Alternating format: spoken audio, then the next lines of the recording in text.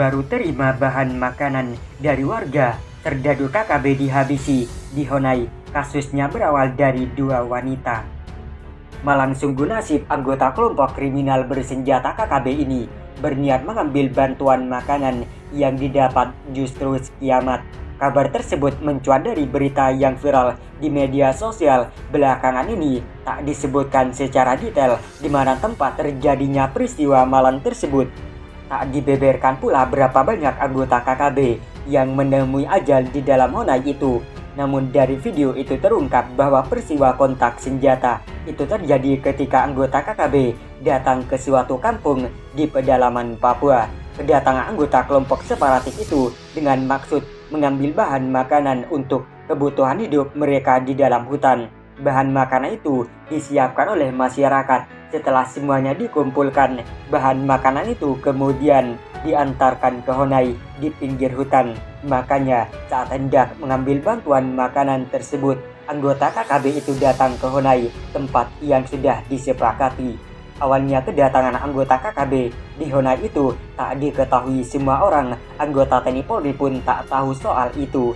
Yang tahu hanya 1-2 orang warga yang kebetulan berurusan langsung dengan bantuan bahan makanan yang diwajibkan buat KKB. Namun ibarat menyembunyikan bangkai, lama-kelamaan tercium juga. Seperti itulah yang dialami anggota KKB. Bagaimanakah ceritanya sehingga anggota KKB menemui ajal di Honai pinggir kampung? Dari kisah viral yang tersebar dari video, terungkap bahwa semua berawal dari patroli prajurit TNI Polri yang melintasi jalan tikus tak jauh dari Honai tersebut. Mulanya tanpa menaruh curiga, anggota TNI Polri berpapasan dengan 2 orang wanita di ruas jalan setapak itu. Kedua wanita itu dikira baru pulang dari kebun dan sedang dalam perjalanan kembali ke rumah. Tapi saat berpapasan di tengah jalan, gerak-gerik kedua wanita itu sepertinya menyimpan sesuatu. Apalagi setelah berpapasan, kedua wanita itu selalu saja menengok ke arah prajurit TNI Polri. Kedua wanita itu sepertinya takut kalau prajurit TNI Polri membuntuti mereka.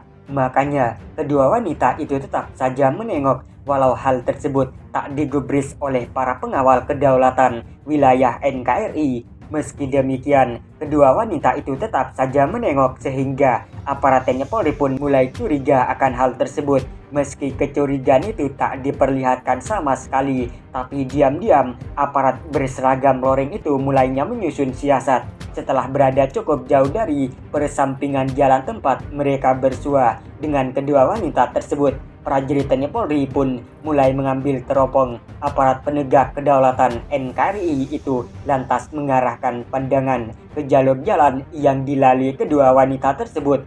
Tak dinyana, ternyata kedua wanita itu sedang berjalan menuju sebuah Honai yang letaknya di pinggir hutan. Mengingat Honai tersebut letaknya agak jauh dari perkampungan, sehingga firasat bahwa ada KKB di tempat itu muncul seketika. Seakan menuruti kata hati, prajurit TNI Polri pun spontan berbalik arah, kemudian sama-sama bergerak menuju Honai. Keputusan untuk berbalik arah itu tentu saja tak diketahui oleh kedua wanita itu, termasuk anggota KKB yang hendak ditemui. Sebab keputusan tersebut diambil ketika prajurit TNI Polri sedang dalam perjalanan untuk pulang ke pos keamanan. Setelah berada pada posisi dekat dengan Honai, pengamatan ke arah Honai pun ditingkatkan. Pada saat itulah teropong menangkap gambar bahwa ada beberapa anggota KKB berada di dalam Honai tersebut. Mereka membawa senjata api sehingga para prajurit diperintahkan untuk berhenti pada posisi yang ideal untuk menembak. Mulanya para prajurit itu melihat kedua wanita tersebut sedang di dalam Honai bersama para anggota KKB. Namun tak lama berselang, kedua wanita itu keluar dari dalam Honai melalui pintu samping, kemudian berlalu pergi. Pada saat itu, seorang pria bertubuh gempal juga sama-sama keluar dari dalam Honai dan berdiri di dekat pintu samping. Lantaran pria itu menenteng senjata api, sehingga kesempatan itu dimanfaatkan TNI Polri dengan merobohkannya. Tembakan tersebut tepat mengenai sasaran sehingga anggota KKB pun tumbang. Melihat temannya jatuh, padahal tak terdengar letusan senjata api, anggota KKB pun lari kocar-kacir sambil mencari tempat perlindungan.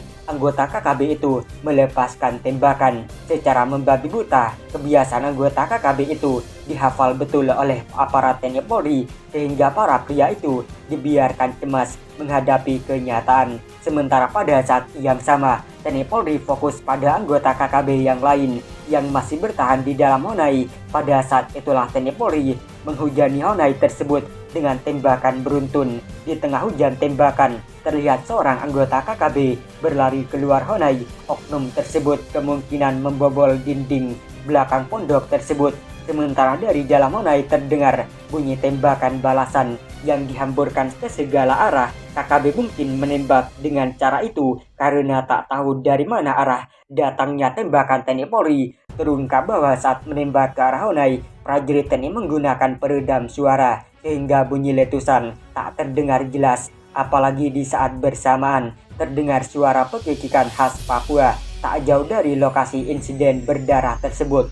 Kontak senjata itu berlangsung hanya sekitar 15 menit saja, karena setelah itu tak terdengar lagi bunyi tembakan dari dalam Honai. Selang beberapa menit kemudian datang bala bantuan dari TNI Polri. Saat itu juga prajurit dikerahkan ke lokasi kejadian. Di tempat itu tak terlihat lagi anggota KKB, tapi percikan darah terlihat di tanah dan dinding serta rerumputan di sekitarnya.